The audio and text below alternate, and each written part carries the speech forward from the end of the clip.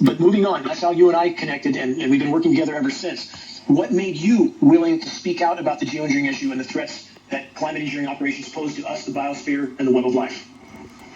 Well, it really had a lot to do with the website that you put up.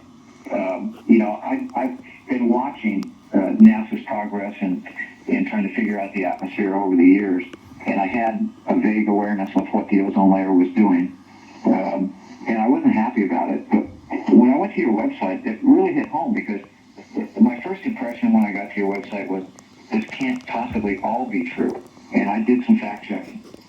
I checked out one item. It came out to be exactly as you portrayed it. The data was correct. I went to the next one. The next one was the same way. It was accurate and correct. And I did it 3 times, Dane. And then I got a hold of you, because I said, this is somebody who has a clue. I better find out more. And you and I first connected.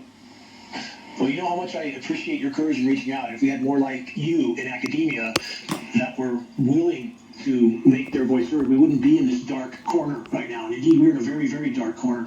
In May of 2014, GeoengineeringWatch.org first reported its research conclusions, our research conclusions on the and we issued our warnings on the ozone depletion and radically increased UV radiation, including substantial levels of even UVC radiation on the surface. You would agree that our warnings in 2014 were indeed justified then, correct?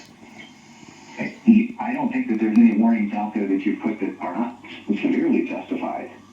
What people don't understand is just how critical this upper ozone layer and the entire atmosphere plays in our role in life.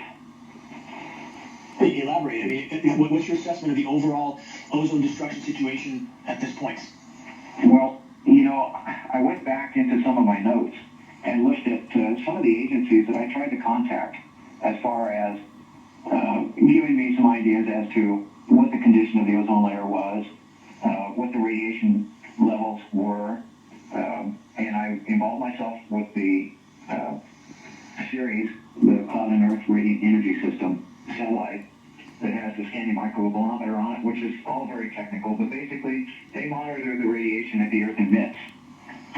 The sun hits the Earth re-radiates some of the energy, and they monitor this with a satellite to give an Earth energy balance, to know how much is staying in the Earth for climate change purposes. They want to know, is the Earth heating up or is it cooling off, which is a whole other conundrum by itself. But in the process, I learned that their instruments were insufficient to measure UVC radiation. Now, I have a background in metrology that has taught me wavelengths from 200 to 2400 nanometers, and I performed calibration in those regions. All of the satellite data that I could find stopped at 300 nanometer. If I could back up and break that down, hold that thought. I want to break it down for those listening so they understand the bandwidths of UV radiation, with UVA at the top, UVB, UVC, and then X-ray.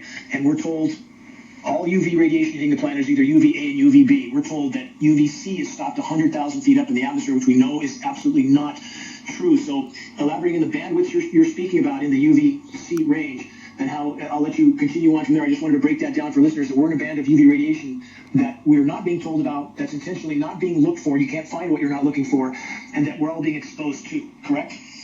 Yes, absolutely.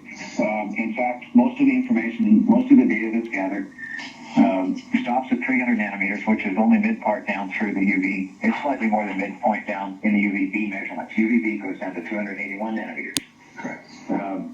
So there's more energy coming out of the UVB region than what's being talked about, because their instruments won't measure below 300 nanometers. The spectral radiometer that I'm using for data gathering goes from 200 to 450, which covers the UVC, UVB, UVA, and some of the visible light. So I've got the entire UV spectrum already picked out here. Go ahead. In summary, I'll let you continue. I didn't mean to cut you off, but when you're done elaborating, let us know, based on everything you've seen and all the metering you've done with the equipment that we arranged once we connected with you so you could do this work, tell us how alarmed you are at what you're seeing, at the readings you're getting. Continue. Well, when I took readings at Mount Hamilton a year ago, I came back and processed the data. My conclusion was that 80% of the ozone layer was already gone. And I may have some refinements on that, but that's a pretty damn close estimate right now. And this is a year later, and I just completed measurements at Mount Hamilton again. Now, what this means is that